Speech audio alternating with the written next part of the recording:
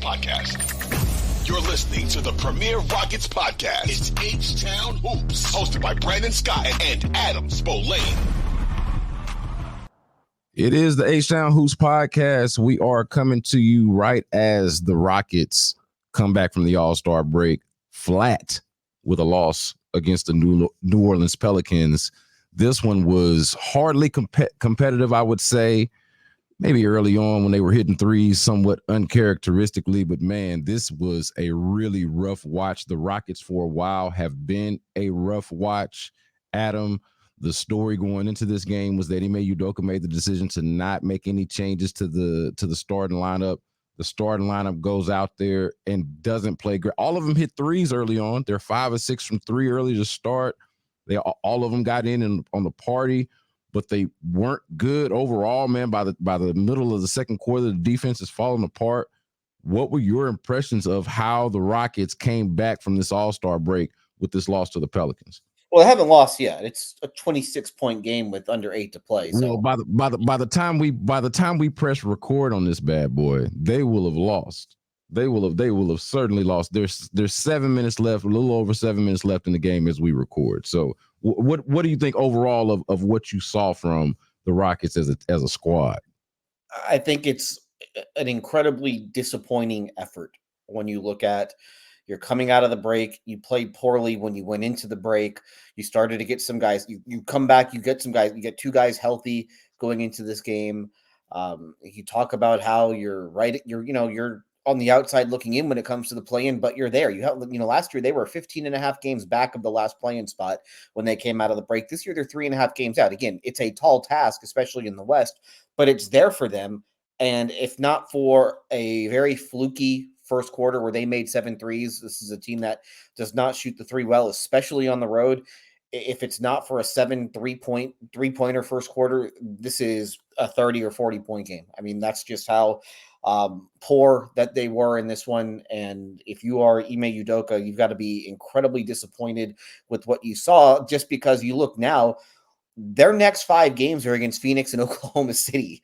So they're going to be 24-31 after this game.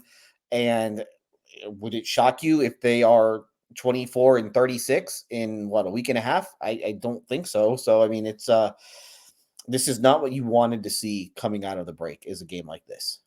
Somebody asked me a couple of days ago, Adam, if I thought the Rockets still had a chance to make the play-in, or if they should, kill their expectations of them going to the play-in. And I said, look, you shouldn't kill that expectation, because that was the expectation going into the season.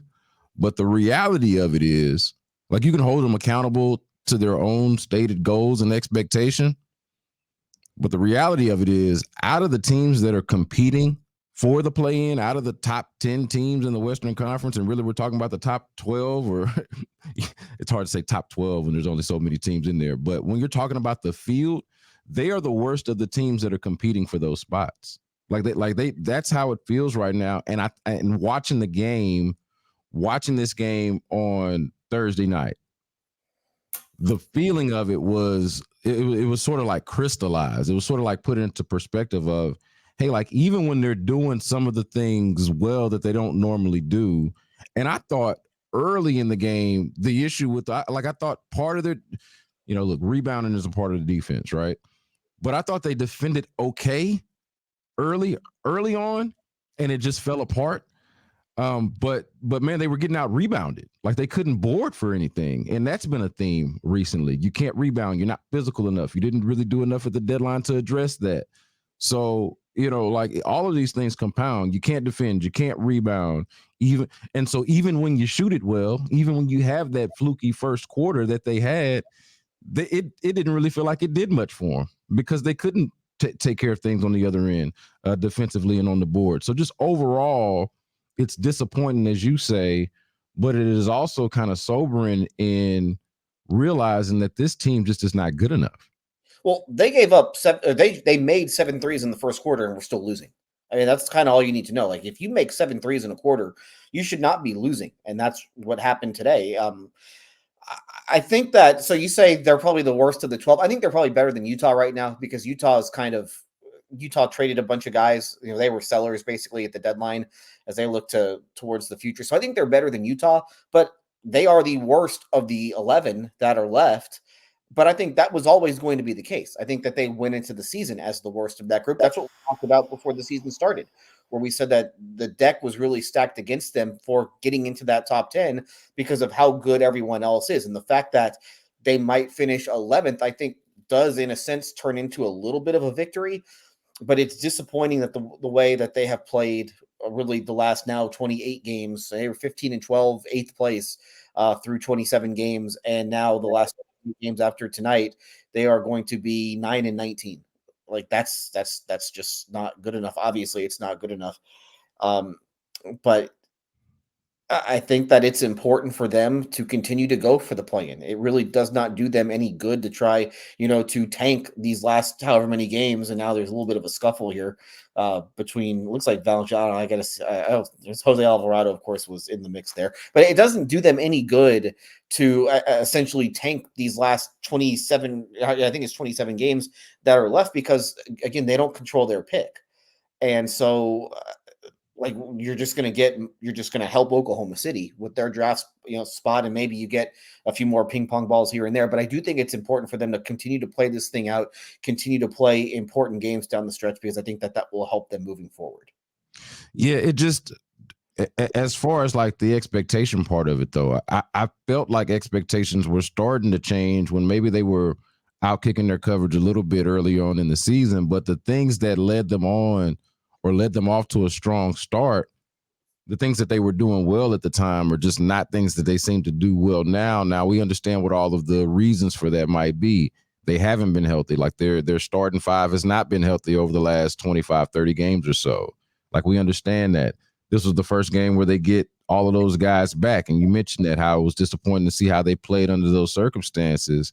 But they're not doing the thing, like they're the little things, the way that they have played, I think is the disappointing part about it, because you feel like if they did still defend, if they were still, competing the way that they were early on in the year, that they would look obviously they would look a lot better and they would have a lot better chance to be in that play-in. And then obviously some of the players that haven't lived up quite to the expectation. I think I feel like Fred VanVleet has given everything that you want from a leadership standpoint and from from a veteran standpoint, and from a performance standpoint, I feel like it's something that has been reliable, but I wouldn't say has been good enough. Certainly not tonight. In this game, was it good enough? Him coming off the injury, and obviously Jalen Green, who we talked about ad nauseum, like there are just elements of this that have just not lived up to the expectation or the standard. Well, specifically for this game, 16 turnovers with 6:42 to go in the fourth quarter. That is very unlike them. They have actually, that's been probably one of the biggest areas of growth with this team, has been the turnovers, and VanVleet had 4 of them. Again, that's very unlike him. Maybe that's some rust. He hasn't played in a game in 2.5 weeks, so maybe that's to be expected. The rebounding obviously was bad early, but I think the one thing that you can kind of point to is there's just a lack of physicality. And they are getting just completely overwhelmed physically in this game by Jonas Valanciunas and Zion Williamson. And that is a problem. And it's to the point, it's difficult when you have Jabari Smith Jr. out there playing the 4, because when you play big teams like this, he's going to get overwhelmed. And you saw that today when they played against Zion Williamson earlier in the year. They couldn't put Jabari Smith Jr. is on the bench at the end of the game because they didn't trust him against Zion.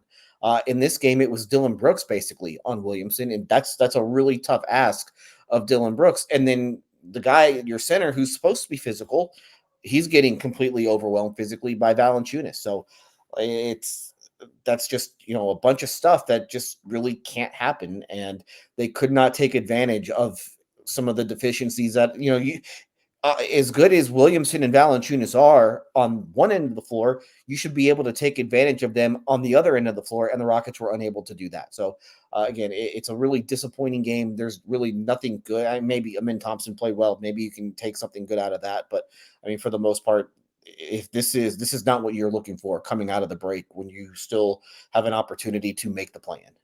Yeah, the physicality part about it stands out, and it has for a while now. I mean, I think that's something that we've talked about a lot, damn near as much as we talked about Jalen Green. Like we talked about how they just don't match up physically. They don't have. Remember, I mean, we talked about that in the offseason. It's been a constant theme, and it's just just reaffirmed itself over time. How does that fix itself? Is it just like Steven? So you traded for Steven Adams, and now that's going to fix itself over the offseason? I'm very curious on how that even gets addressed. Like how do they? Where does that physicality come from, especially for a Udoka team? That I feel like that's going to really bother him. He's going to demand that. Well, it should bother him. I mean, this is a guy who really preaches toughness, and his team is getting out toughed right now. And great, they got Steven Adams. Like you said, that doesn't help you the next 27 games. So are you going to completely get outclassed in the toughness department over the last 27 games, or are you going to step up and do something about it? And, the good news for them, the next 5 games are not against the most physical teams in the world, but those are still really good teams. So I just that's got to come from within. You're either tough or you're not tough. And the guys that they have right now, they either, take that challenge and they match the toughness of the other team, or you see what happened tonight. And so that's the alternative. And so I believe they play New Orleans again this season. I'll double check that, but I mean, you got to show more than what you showed today. Look, it is, to me, inexcusable though. Like when we talk about holding to a standard and what's not good enough, like a team, and maybe you can put a little bit of this on the front office as well. But a team coached by Ime Udoka with Dylan Brooks and Fred VanVleet on it should not have physicality issues, toughness issues, like things like that.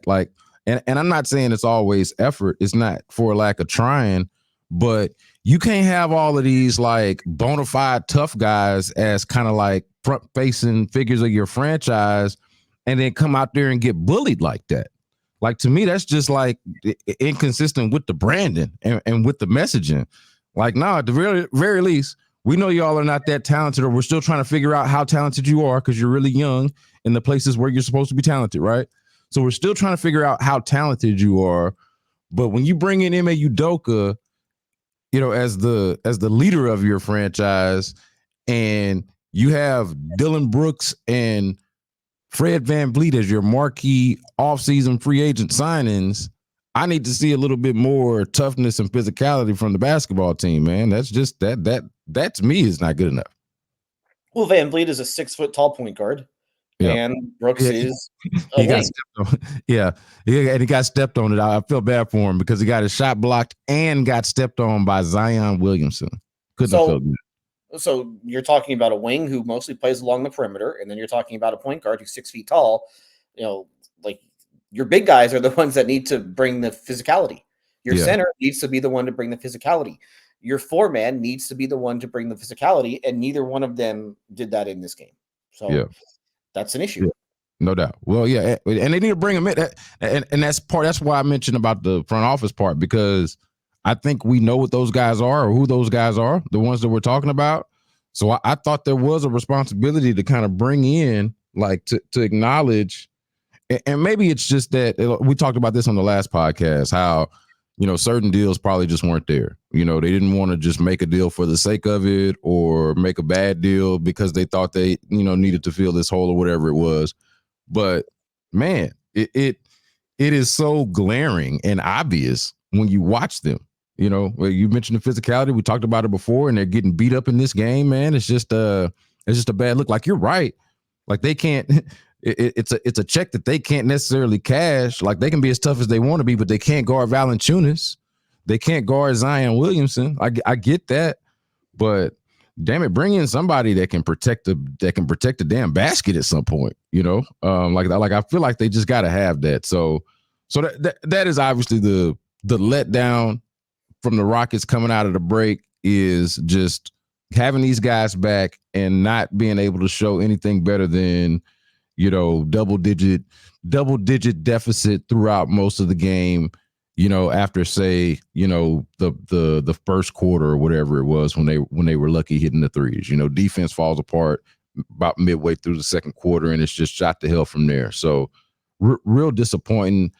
I do want to ask you at least the positive part about this game. I thought. Let me just throw one more thing out there, because this goes back to the very beginning of the season. And Udoka said, got to stay away from 30-point quarters. Don't like 30-point quarters. What happened tonight? First quarter, 31. Second quarter, 32. Third quarter, 38. I mean, that's it right there. Like, you talk about defense and you give up back-to-back 30-point third quarters, and it got progressively worse as the game went along. And I will say one other thing. I do think one interesting thing that comes out of this game, we talk about toughness, we talk about defense. Jayshawn Tate was a DNP for the first 3 quarters of this game. So it's kind of clear that he is kind of the odd man out in this rotation at the moment. Yeah, well, I kind of assumed that anyway. From the trade deadline, like I know they kept him and everything, but it seemed like and especially with the rise of Cam Whitmore, I figured like from the number standpoint, it just wasn't going to be a lot of room for him. What did you think about Amen Thompson in this game? Because I continue to be impressed by him, both defensively, his athleticism, which I think we already knew about, but man, I'm really liking what I'm seeing from this kid. I don't know, like I don't know exactly what to do with the whole starting lineup thing. I wanted him in the starting lineup because I thought he could help them defensively. But then, I'm watching how they defend this guy. Like, they sag off of this guy several feet because, you know that the jump shot is not there. There's the conflict there. To me, he was the one bright spot of the game. Yeah, and he did make 1 3. So, again, that's a step. But, again, he's not going to be guarded out there. And really, I think that teams will have no trouble just kind of, like you said, playing off of him. I think the big thing for him offensively is just his ability to get to the rim. They really, the entire night, had trouble getting to the rim, and that was not an issue for him. And not only did he get to the rim, but he converted once he did get to the rim. And again, that's been an issue for them, as they don't have the best finishers. So he was pretty good there. Defensively, he's fine for a rookie. He makes a lot of things happen though, and he fills up the box score. Let's see, he had 3 blocks in this game, 5 rebounds, 3 assists. So yeah, I think that he has taken a really good step over the course of the season, and I didn't think that we would see him that much. Part of that was, because they were supposed to have Kevin Porter Jr., and obviously that went away. He was hurt, and then he was sick, and so that really hurt him to start this season. But he seems to be getting better and better as the season goes along, and he does multiple things well, and I think that's what you really want to see. Again, he's a serious work in progress. There's got to be a lot of improvement, especially with the jumper, because I think that's what's going to keep him on the, if he can't make shots, it's hard to keep him on the floor, especially when the games actually matter. So if he can work on that, if he can get respectable at that and at least make teams have to guard him, it makes him a really interesting player moving forward, and a guy that you can really build around and do a lot of things with, just because of the size, the athleticism, the versatility, and the skill level. Yeah, man. You mentioned him getting to the rim. I think that's a big part about it. Like, this is a team in this game that, like you mentioned, wasn't really able to do that. He's able to do that. I'm really, really intrigued by what he can do kind of going forward. But in the immediacy, the reason why I wanted to put him in the starting lineup was a lot to do with the defense. And I'm not trying to make him like to be some kind of all-NBA defender or anything, but the defense is failing. That has been the theme of what we talked about with this game. It's been the reason why they haven't been as good lately, as good as they were to start the season. Why do you think it is that this defense isn't any good? Is it just the physicality? Is it beyond that? Like, to me, that's the part of it that stands out to most, is that they're just not big enough and physical enough to match up with bigger teams. But man, like they, early in the game, it was McCollum, so like I just I don't know, man. It is odd to me that all of a sudden it just doesn't feel like a good defensive team overall. I think there are a lot of reasons. I don't think that you can sum it up into just one. I think part of it has been they haven't been healthy. So, I mean, Brooks has been basically their two best defenders were off the floor for a good amount of time this season with Brooks and Tari Eason. Let me ask you, I'm just going to ask you this question. Is it a problem when your 6-foot point guard leads your team in block shots? Ooh, talk about that physicality again, boy. I'm just talking about rim protection, just overall rim protection. Yeah, but a rim protection is to me is physicality. I mean, you can't protect the rim if you're not physical in any kind of way. Like, yeah, no, I think that's all that all goes together. No, yeah, that is a problem. That's not good. Coming into tonight's game, Fred VanVleet had played in 47 games. He had 46 blocks. For a point guard of his size, that's pretty remarkable. Alperen Sengun had played in 53 games. He's got 39 block shots. Jabari Smith Jr. played in 49 games, 36 block shots. Like, they have no rim protection right now. And so teams are just driving to the rim at will against them, and they are converting an awful lot of those shots. So I think that's part of it. I think another part of it is that when they were really good defensively, at least when the numbers were good defensively to start the season, they were getting some pretty good three-point luck. Teams were missing open three-point looks against them. That's not happening at the same level. So I think there are many, many, many reasons why the defense has fallen off the way that it has. The rebounding is inconsistent. We saw it in this game. The first part of this game, they could not get a defensive rebound to save their lives. There have been other times over the course of the season, especially in big spots where they cannot get a rebound. So I think that it feels like night in, night out, there is something defensively new that pops up. Like one night it might be this, the next night it might be that. I think you can point to individuals. I don't think that Dillon Brooks has been quite as good defensively since he's come back from the oblique. Obviously, I don't think Sengun has been very good defensively, at least lately. I think he might be a little tired, or he might have been a little tired before this game just because of the minutes that he had played, and he'd only missed one of the first 54 games. So I think there's a lot of things that you can point to. Man, look, I'm going to point to the elephant in the room here because we touched on it and hit on it a little bit, and I'm looking at it right now. You talk about the rebounding. I talked about it earlier. You just mentioned it now. Jabari Smith Jr., 4 rebounds in this game in 27 minutes. 4. So, like, and you talked about him not really being able to be on the floor when you've got 2 physical bigs out there or 2 guys that, he's kind of displaced in that way. He's been better this year. He has been, in a lot of ways, a bright spot, I feel like. But at the same time, they need more from Jabari, like physically. Like, they need that physicality from him. I criticized a little bit the lack of effort to bring somebody in here to be kind of an enforcer, but I mean, he's the one who's already here. I mean, I don't know how much of it I can ask and can fairly ask of him, but I do think that it's a problem that you're not a physical enough team, and your defensive weak link, it seems like, is the 4 spot. And Jabari, to his credit, was supposed to be scouted as he was a highly touted defensive prospect.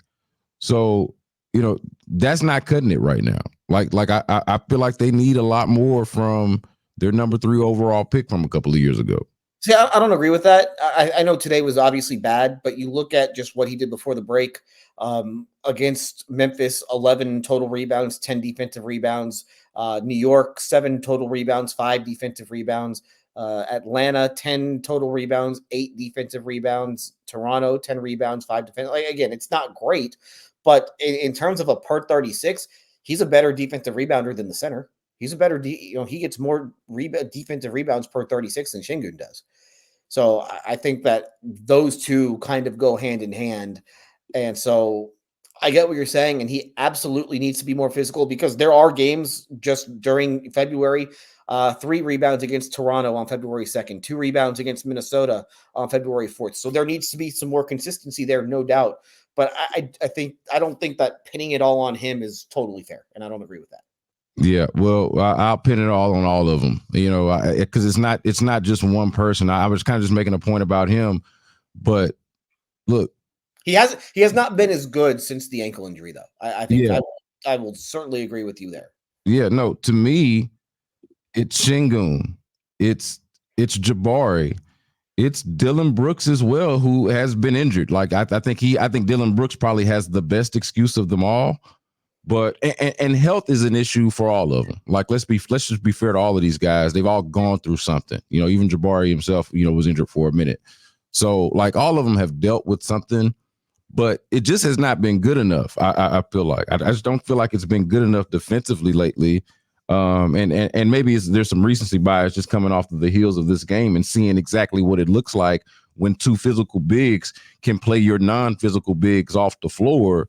I mean, you're looking at Şengün, you're looking at Jabari Smith, you're even looking at Ime Udoka, and it's not his fault, but it's like, hey man, this is your crew. This is the crew that you rode out here with. You the tough guy. You're the guy out here that's dog cussing LeBron James from the sideline, and you come out here with a crew that gets pushed around like that and just can't rebound and save. Like, who you can talk about, you can give me Jabari Smith's rebound numbers and give me like individual good rebounding days from different players. Jalen Green was rebounding well at a different point. Fred VanVleet leads the team in blocks. But overall, man, like we said, this has not been a very good rebounding team as of late, and certainly has not been a very good defensive team as of late. For sure. Now, Jalen Green. So I thought that to start the game, it seemed like there was a clear effort to get him, and I don't know if involved or engaged is the word that I'm looking for exactly, but there seemed to be like a concerted effort with Jalen Green to start this game. He was diving for loose balls, hit a three, but not too long after that, I looked up and he was 2 of 10, and I'll see what did he finish for this game? 3 of 14. So not good, not great. I know when the conversation came about changing the changing the starting lineup, a lot of the focus on that was on Jalen Green, kind of the obvious for a lot of people because of the disappointment, kind of the obvious candidate. I thought there could have been, possibly other candidates, but that was the obvious one. Comes back and struggles again. Do you think that it's even a thought that coming off the bench could either benefit him or the team or both? I don't know yet. I really don't. And, I obviously in the week leading up, in the week from Memphis to yesterday's practice, it certainly was something that I thought about. I really don't know, because you have to then come to the decision. Okay, well, he's not going to start. Who's going to start? And does that make you a better team? And I don't know the answer to that, because the options essentially would be, well, you could start Cam Whitmore, and Cam Whitmore has been certainly shot the ball a whole lot better this season, but he doesn't do a whole lot outside of that. And so you're taking a step back defensively. You're taking a step back in terms of playmaking. They are comfortable having Jalen Green as a secondary ball handler. If you sub Cam Whitmore for Jalen Green, then all of a sudden you don't have that. You lose that aspect of the game, and now you can really only run offense through two guys. You're not having Dylan Brooks create offense. You're not having Jabari Smith create offense, and you're not going to have Cam Whitmore create offense because he's not ready for it. So that's the downside there. You lose something defensively. You lose something just in terms of secondary playmaking and just like all around stuff. You could go with Amen Thompson, but then obviously your spacing just becomes a mess because teams aren't going to guard him. So, there are certainly reasons to do it, and there are reasons not to do it.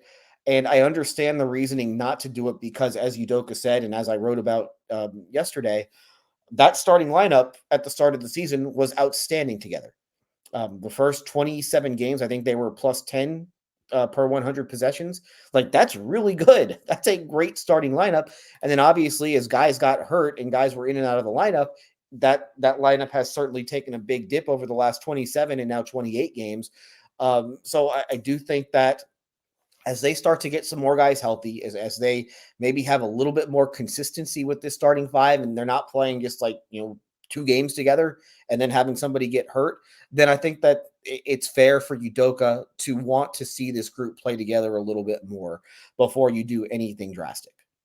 Yeah, I've thought a lot about it, and I was leaning on the side of Thompson, but the issues that you mentioned come up about the spacing. I thought about it more so from a defensive standpoint, and I like his activity on the like. I feel like he does a good job of not kind of just standing around. Tonight was kind of a weird game, but like I thought they could maybe work around it is a better way to put it. But everything that you mentioned still comes up, and really for me, it comes down to your first question: does that make you better? Does benching him actually make you better? Does really even changing this starting lineup really actually make you better? And I think the answer is no. I think the answer is no, even if it's also true that Jalen Green has been a disappointment, that Jalen Green has consistency issues, that like all of those things can be true, but also it'd be true that taking him out of your starting lineup based off of how your team is constructed would not be beneficial to the team. So that's where I've landed on it. And watching this game against the Pelicans, I'm thinking about it like, yo, that starting lineup is very clearly their best lineup, and it ain't good enough.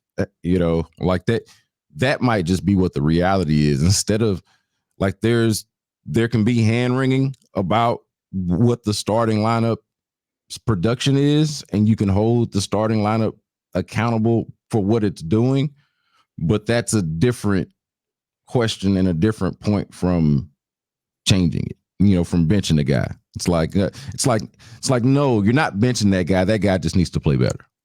And the one kind of constant thing that I've seen from people over the last day and a half has been, well, Udoka's talked all about this accountability stuff, and he's just going to leave Jalen Green in the starting lineup. First of all, who starts doesn't matter.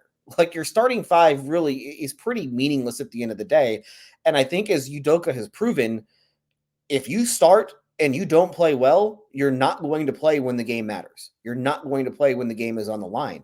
So he might start Jalen Green on a given night, but it doesn't mean Jalen Green's going to play crunch time. So just because you start the game, it doesn't mean that you finish the game. And that's where the accountability comes in. Like, yeah, you're going to keep your starting job, whoop-de-doo. But if you play poorly, it doesn't mean that you're guaranteed to play. There have been plenty of games this season where Jalen Green or any other starter, really aside from Van Vliet, has been the one guy who has not been benched at any point. But basically, Jalen Green and any other starter, they might start the game, but Udoka has no problem keeping them to like 21 minutes if that's how poorly they're playing. So I think it's to me, like, changing a starting lineup. Listen, it's, fans might like it and fans might, think that will help, but ultimately it doesn't do a whole lot. And ultimately you wind up playing 5-man units that haven't really played together a whole lot. Like, I don't think the Rockets have a whole lot of bench units this season, or there haven't been a lot of minutes where Jalen Green has been on the floor with bench minutes. So then you all of a sudden you lose some continuity there. So I have no problem with them just kind of sticking with what they've got rotation wise early in games, and the guys in the fourth quarter who deserve to play, they're going to play. How can Jalen get going, man? What can they do? What can he do? How can we get this guy going? Like, riddle me this, man. That's been the question now really for the last 2.5 months. And this is, we've said it many times on this show, like, no one has more on the line over these last 27 games than Jalen Green. And he's got 27 games to prove himself. And if he plays well, then he's going to make himself a lot of money. If he doesn't play well, if he continues the course that he's been on, then he's probably going to be on another team. And I think that it's been pretty apparent that there are other guys in the league that they like. There are other guys in the league that they will certainly target once the season is over. Go look over at Brooklyn. And I don't think that they would hesitate to make some sort of a move if things were to come to that. But, he, as Rafael Stone said right before the break, like, he has ability that cannot be replicated on that roster. That's why he's going to continue to get chances with this team. That's why he's going to continue to get chances around the league. But at some point, you got to produce, and it's a results oriented business. And if you don't give people results, you're not going to play. And I think we are getting to that point. We're not there yet. Again, he's got 27 games to prove himself here, but there are games when he looks like the guy they thought he was going to be. And then there are games like tonight where he shoots 3 of 14. He's 2 of 8 from 3, but he's 1 for 4 at the rim. Like the 3-point shooting, there's variance there. And sometimes you're not going to shoot it well, but you can't be 1 of 4 at the rim. You just man. He can't even get that reverse layup going. Like that little, like he'll get to the rim and he just can't. Remember like his rookie year when he could get to the rim and couldn't finish? Remember how that was an issue? All of a sudden that feels like it's an issue again. And it's not like he hasn't, done some things with his body. Like he looks like he's matured physically enough to be fine in that area. That part does not really make sense to me of why he's not better at the rim. Like I remember early in his career, maybe even as recently as last year, it's like, hey, why can't he be more like Ja Morant? And it's like, man, he's not nearly as, I won't say crafty because he's fine crafty. He's just not nearly as just good or touch or feel at the rim or in the painted area as like not even in the stratosphere as Ja Morant, but like just in a serviceable way, it's not even there. I don't get it. Yeah. 104 at the rim tonight. He only took 2 free throws. I mean, again, like you got to be more efficient at the rim. You just have to. And, the 3-point shooting is one thing. You're going to have 2 for 8 nights from 3. That's just how this goes.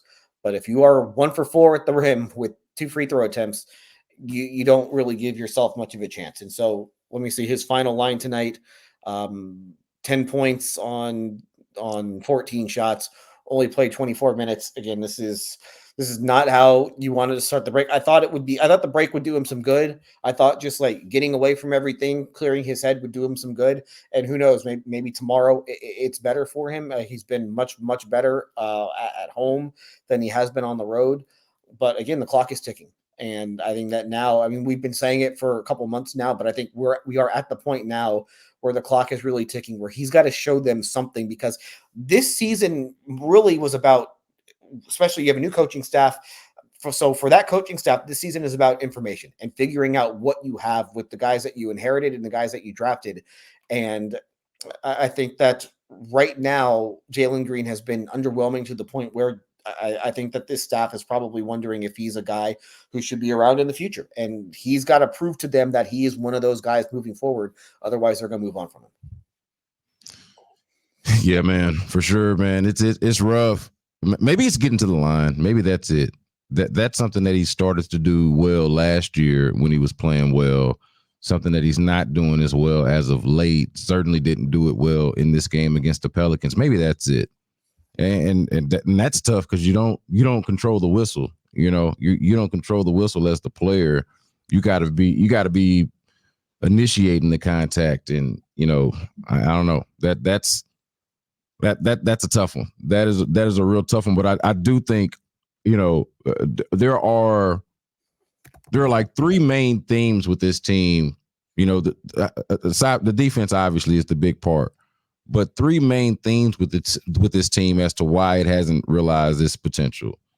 And I think that is the health issues that they've run into. Okay. Their last, what was it? You had the stat of the last 27 games or so, or whatever it was. Their starting lineup had only played together, 9 games? 9 games, right? So the health. I think their lack of physicality and the fact that they can get beat up by more physical teams is just something that was never going to be sustainable. And then the fact that Jalen Green really, and that's probably the main one, that Jalen Green has not turned into, at least something close to, borderline. Like he's not even at this point a borderline question mark. When you talk about how big the year is and how big the rest of this season is for him, and even next season to a degree, like, it's getting back into the even being in that conversation. He's out of that conversation of being a max guy or somebody that you would build a franchise around. He's out of that conversation. It's doing some reverse engineering here. Like he's paddling upstream, I would say is probably a better way to put it. So he's got a long way to go. Got a long way to go in that regard. You got 27 games to prove himself. That's what it really comes down to, is that you've got 27 games. And if you show something in these 27 games, then hey, you have a future with the organization. If you play the next 27 games like you played the first 55, then your time here is probably over. I think that's probably as blunt as I can make it. We both mentioned Cam Whitmore earlier in the show. I'm in with this, man, and I'm somewhat tongue-in-cheek here, but I'm also a little bit serious. When Cam Whitmore is out there, it feels like he's just out there. He's either out there doing just the one speed thing, or he's just like out there. Why don't they run more Cam Whitmore plays? I want to see this guy come off a screen and do some spot up shooting. I want him, flaring to the basket. I want to see something with Cam Whitmore, man. Why? What do I need to do, man, to get more Cam Whitmore plays? Get this guy more involved, man. He was quiet tonight. I want to see more. Brandon, he leads the team in field goal attempts for 36 minutes. I need more. I don't think that not getting up enough shots has ever been an issue for him. No, but it's not. But that's what I'm saying though. It's not the shot, the number of shot attempts. It's how they're. It's just like, hey, hit those shot attempts are here. Cam, go. Just run like a bat out of hell, which he's good at. And he does hit some spots. He's been doing a pretty good job, much better job of shooting the ball than I think we expected him to do. But I just look at him out there and I'm like, man, do something with this guy, man. Run a play with this guy, man. I think he's learning how to play at this level. I think that he, and this is kind of why I said that it probably wouldn't be a great idea to start him, just because he's pretty limited in what he can do at this point. And so I think that I think he, and Udoka has even said this, I think that he is playing far more this season than they thought he would. And part of that has been need. Part of that has been that he's been good when given the opportunity, but he's doing a whole lot more than I think that they expected. So that's a good thing. That's a good thing. And then let him continue to get his feet wet, but he's going to get his shots up. I think that's probably why you don't necessarily need to run a million plays for him, because he's still going to shoot. The ball's still going to find him at some point, and if it does, he's going to take the shot, and he's not going to hesitate either. Fair enough. I think what's happening here with me is that, as the reality sets in, that he took 8 threes. Jesus. He took 8 threes in 24 minutes. Oh, did he really? I don't think I noticed that. Did he Although really? so did Jalen Green. They were both 2 for 8. They both played 24 minutes. Of course. Very, very on brand for this Rockets team. Look, you want to talk about regression to the mean after the way they started that game, with all of those threes. It's like, nah, 2 for 8 from a couple of your perimeter players. That's what the reality is. But I think what's happening for me is, as the reality sets in on what this team is, I'm just like looking at the younger players and thinking about what they're so raw. Both of them are just so raw, So I think this is a good experience for them, but obviously it's not gonna do a lot for the Rockets in terms of this uphill battle to make the play-in. Doesn't seem like it. Yeah, I mean, in all likelihood, that's going to be how this turns out. All right, man. Got the Suns, back to back to come back from the All-Star break. So you got the Suns, Thunder, bunch of Suns and Thunder coming up. So we're gonna do this again at some point in between this Suns Thunder mix that they're gonna have, that the Rockets are gonna have over the next several days or so. So we appreciate y'all for tuning in. Make sure that y'all are subscribing, rating, reviewing, telling your people about the podcast. Get it wherever you can. You can also, of course, watch this thing on YouTube, on the Sports Radio 610 YouTube. So make sure you do that. Subscribe to that as well. And for Adam Spillane, Austin Mendez handling this bad boy for us behind the scene, I am Brandon Scott. We appreciate y'all for joining us. And until next time, y'all be good.